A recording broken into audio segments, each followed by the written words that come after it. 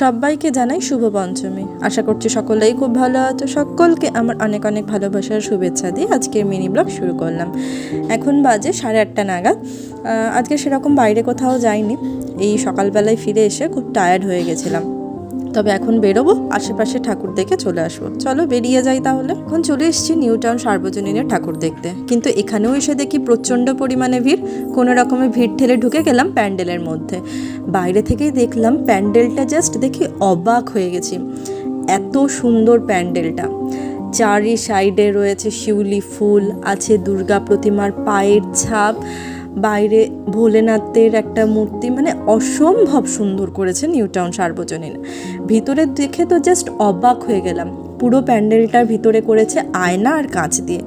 আর মা দুর্গাও এত সুন্দর দেখতে, জাস্ট ওয়াও, আমার তো খুব ভালো লেগেছে।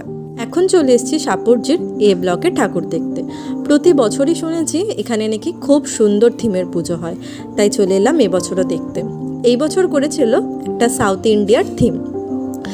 চার সাইডে ছিল নানা রকমের মন্দিরের ছবি, খুব সুন্দর দেখতে লাগছিল। আর এখানকার মা দুর্গা সেটাও কিন্তু করেছিল খুব সুন্দর। এখন চলে এসেছি সাপুরজির জে ব্লকে ঠাকুর দেখতে।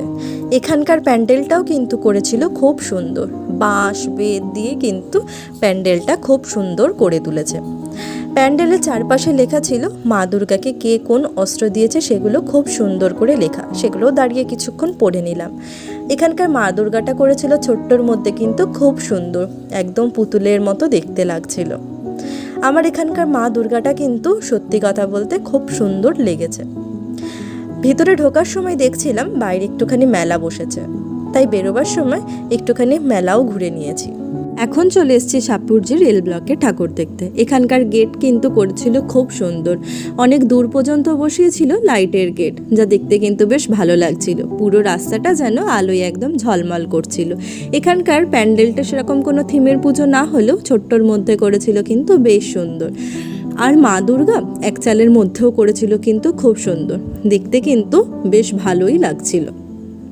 তাহলে আজকের ভিডিওটা কেমন লাগলো আমাকে কমেন্টে অবশ্যই জানিও। আজকের ভিডিওটা আমি এখানেই শেষ করছি, আবার দেখা হচ্ছে অন্য একটি ব্লগে। ততক্ষণ সবাই ভালো থেকো, সুস্থ থেকো, সবাইকে টাটা।